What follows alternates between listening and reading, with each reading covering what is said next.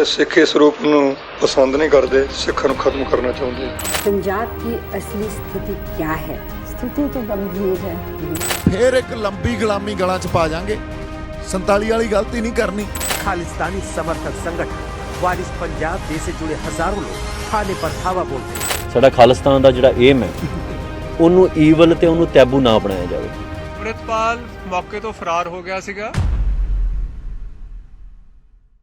क्या आपको पता है कि हमारी कंट्री में एक ऐसा भी लॉ है जिसमें डीएम के पास पावर है एक ऐसा ऑर्डर देने की जिसके बिहाफ पे आपको डिटेन किया जा सकता है। एक ऐसा लॉ है जिसमें आपके कॉन्स्टिट्यूशनल राइट्स को रिस्ट्रिक्ट किया जा सकता है और वो एक ऐसा लॉ है जिसमें बिना चार्जेस के आपको डिटेन किया जा सकता है। Hello everyone, my name is Shatakshi, you are watching LELS classrooms और आज की इस वीडियो में हम ऐसे ही एक लॉ को डिस्कस करेंगे विथ रिस्पेक्ट टू पंजाब में चल रहे इशू अराउंड अमृतपाल सिंह।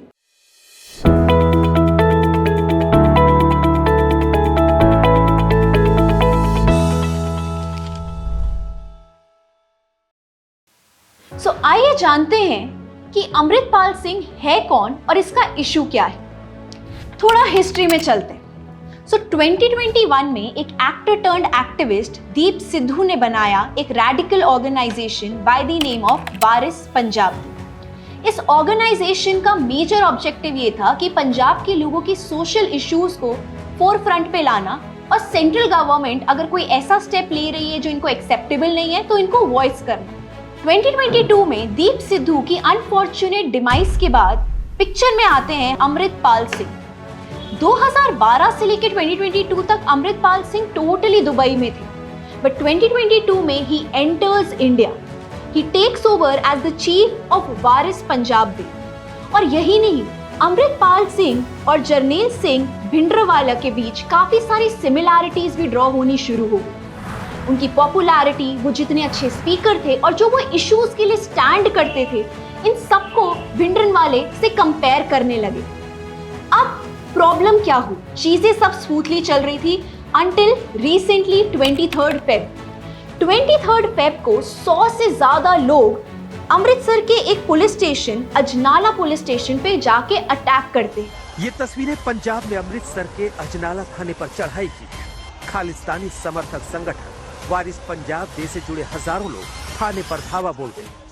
ये सारे लोग काफी सारे वेपन्स भी कैरी कर रहे होते हैं और साथ में इनके हाथ में होती है गुरु ग्रंथ साहिब। और इसी रीजन की वजह से पुलिस इन पे काउंटर अटैक नहीं कर पाती, वरना वो रिलीजियस सेंटिमेंट के अगेंस्ट चला जाता। ये फॉलोअर्स अमृतपाल सिंह के थे और ये उस पुलिस स्टेशन पहुंचे थे लवप्रीत सिंह अक्का तूफान को छुड़ाने के लिए। अब ये तूफान अमृतपाल सिंह के काफी खास थे और इनको एक एलिज्ड किडनैपिंग केस के अंदर रखा गया था। ये सारा इशू और लाइमलाइट में आता है जब रिसेंटली वारिस पंजाब डे के लीगल एडवाइजर पहुंचते हैं Punjab and Haryana high court और एक पिटिशन फाइल करते हैं for the writ of habeas corpus. ये बोल रहे हैं कि अमृतपाल सिंह को पुलिस ने इलीगली बंद करके रखा हुआ है और पुलिस पूरा ड्रामा कर रही है कि अमृतपाल सिंह मिल नहीं रहे।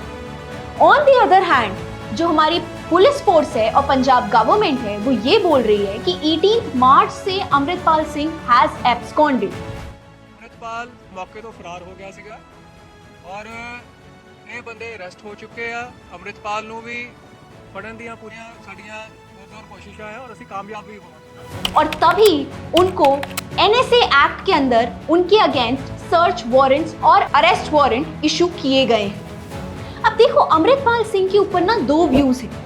एक ग्रुप तो मानता है कि अमृतपाल सिंह इज इन पंजाब ताकि वो पंजाब से ड्रग की प्रॉब्लम को रिजॉल्व कर सके, और ऑन द अदर हैंड दूसरा ग्रुप मानता है कि अमृतपाल सिंह भिंडरवाले के रास्ते पे चलना चाहते हैं and he is demanding for a Khalistan in India. अब जानते हैं ये खालिस्तान का इशू क्या है। तो देखो, ये खालिस्तान मूवमेंट एक फाइट है for separate sovereign Sikh state जो कि प्रेजेंट डे पंजाब, जो कि इंडिया और पाकिस्तान दोनों में आता है, उसके लिए। ये कहानी शुरू हुई थी इंडिया के पार्टीशन से और इंडिपेंडेंस से। तो जब इंडिया का पार्टीशन हो रहा था, हमारा पंजाब प्रोविंस मेजरली डिवाइडेड हुआ between India and Pakistan. In fact हमारी पंजाब की community was one of the major communities जो सबसे ज्यादा अफेक्ट हुई थी इस पार्टीशन से। इसके बाद हमने देखा एक वर्स्ट कम्युनल वायलेंस और मिलियंस ऑफ रेफ्यूजीज जो पाकिस्तान से इंडिया भाग रहे थे। ऐसा इसलिए हुआ क्योंकि महाराजा रंजीत सिंह का जो कैपिटल था लाहौर, वो चला गया पाकिस्तान, और इसी के साथ साथ काफी सारी सिख साइट्स जैसे कि ननकाना साहिब जो कि गुरु नानक देव की बर्थ प्लेस मानी जाती है और फाउंडर ऑफ सिखिज्म थे, वो भी पाकिस्तान ऑक्यूपाइड टेरिटरी में चले गए। यही नहीं, ये सारे इश्यूज के बाद आता है the demand of autonomous Punjabi सूबा। इंडिपेंडेंस के साथ साथ पंजाबी स्पीकिंग स्टेट की क्रिएशन की डिमांड शुरू हुई और उसके बाद एक पंजाबी सूबा मूवमेंट भी इनिशिएट हुआ। 1966 में जाके पंजाब का रीऑर्गेनाइजेशन हुआ, जिसमें पंजाब की उस वक्त की स्टेट को 3 पार्ट्स में डिवाइड कर दिया गया। एक हिंदू मेजॉरिटी स्टेट थी जो कि हिमाचल प्रदेश करंट है, एक हिंदी स्पीकिंग स्टेट बनाई गई और एक Punjabi speaking Sikh majority state बनाई गई जिसको करंट डे पंजाब बोला जाता है। जब पंजाबी सूबा मूवमेंट खत्म हुआ, उसके बाद आया आनंदपुर साहिब रेजोल्यूशन। 1973 में अकाली दल जो कि एक नया सिख मेजॉरिटी पंजाब चाहता था, उसका फाउंडेशन हुआ और उसी के साथ साथ उन्होंने एक लिस्ट ऑफ डिमांड्स सामने रखी कि भाई हम अपना एक खुद का कॉन्स्टिट्यूशन चाहते हैं, हम एक खुद की स्टेट चाहते हैं। उन्होंने एक बार भी ये नहीं बोला कि हम एक ऐसी स्टेट चाहते हैं जो इंडिया से अलग हो।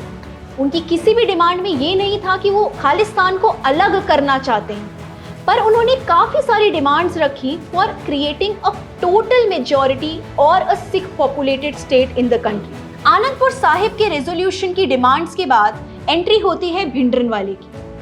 काफी लोग ये भी क्लेम करते हैं कि भिंडरनवाला संजय गांधी की डिमांड्स पे आया है।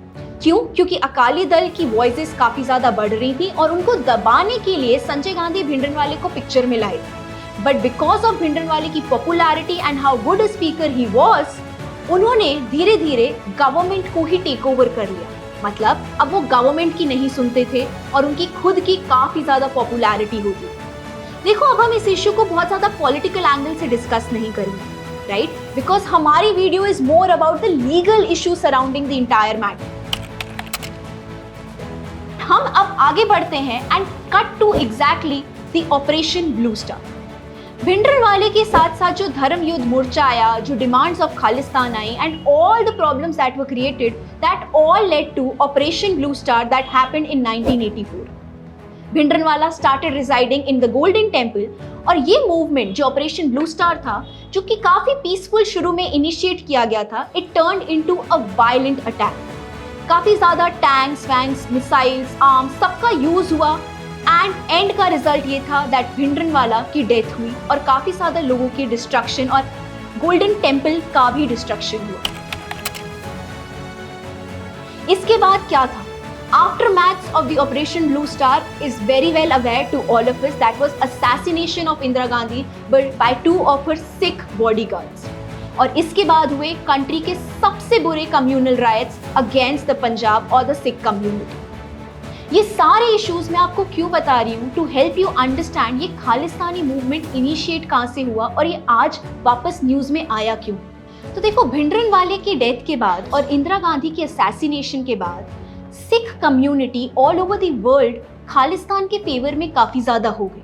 People in US, UK, Germany and Canada specifically वो खालिस्तानी मूवमेंट को काफी ज्यादा सपोर्ट करने लगे। पर ऑपरेशन ब्लू स्टार से हम कहीं ना कहीं ये तो कह सकते हैं कि इस मूवमेंट को थोड़े टाइम के लिए इंडिया में दबा दिया गया। अमृतपाल सिंह के पिक्चर में आने से ये मूवमेंट फिर लाइमलाइट में आ गई और करंट 23 फेब के इंसिडेंट के बाद जो एनएसए के अंडर उनके अगेंस्ट अरेस्ट वारंट इशू किया गया, वो इसी रीजन की वजह से किया गया, because his approaches and his styles were very similar to Bhindranwala and he was also in favour and he is in fact also in favour of creation of Khalistan.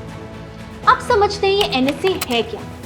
National securities act जो कि 1980 में आया, को काफी बार अमेंड हो चुका है। ये बेसिकली एम्पावर करता है स्टेट को कि आप किसी भी पर्सन को डिटेन कर सकते हो without formal charges and without trial. किसी भी पर्सन को कस्टडी में लिया जा सकता है ऑन फ्यू ग्राउंड्स। क्या है वो ग्राउंड्स, वो जानते हैं।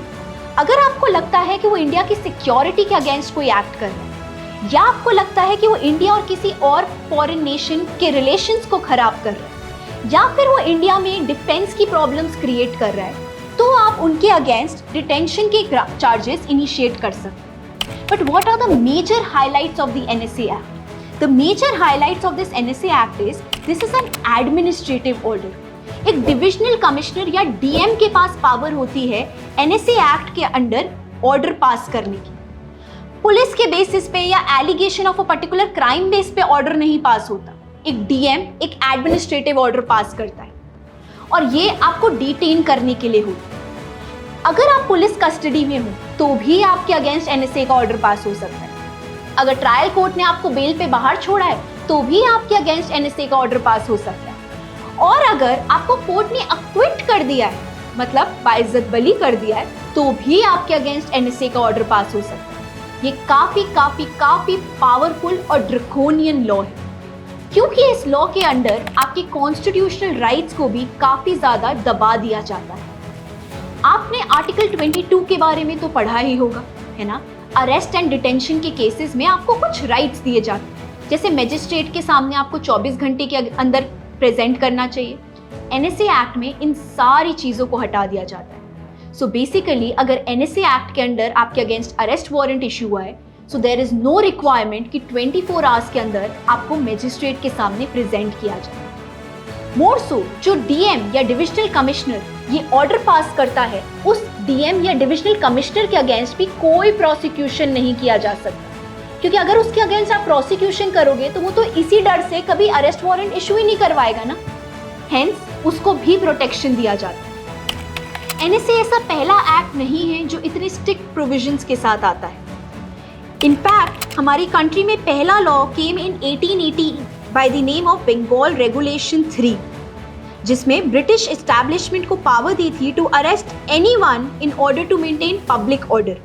इसके बाद आपने फेमस 1919 का राउलेट एक्ट के बारे में तो सुना ही होगा, that also allowed detention without a trial and the result was the Jallianwala Bagh massacre.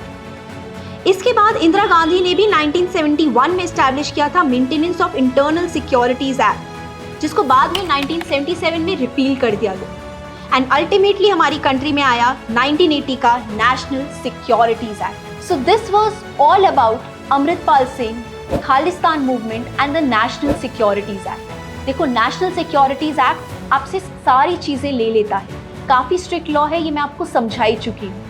So and में आपके पास एक ही रास्ता बचता है, वो है हीबियस कॉर्पस की रिट पिटिशन, जो कि प्रेजेंट केस में भी की गई। पर देखते हैं इस ऑनगोइंग कंट्रोवर्सी का रिजल्ट क्या होता है and who exactly is correct in its stance. Let me know your views in the comment section below, and also if you are interested in knowing the detail about the Khalistan movement, then let me know in the comment section.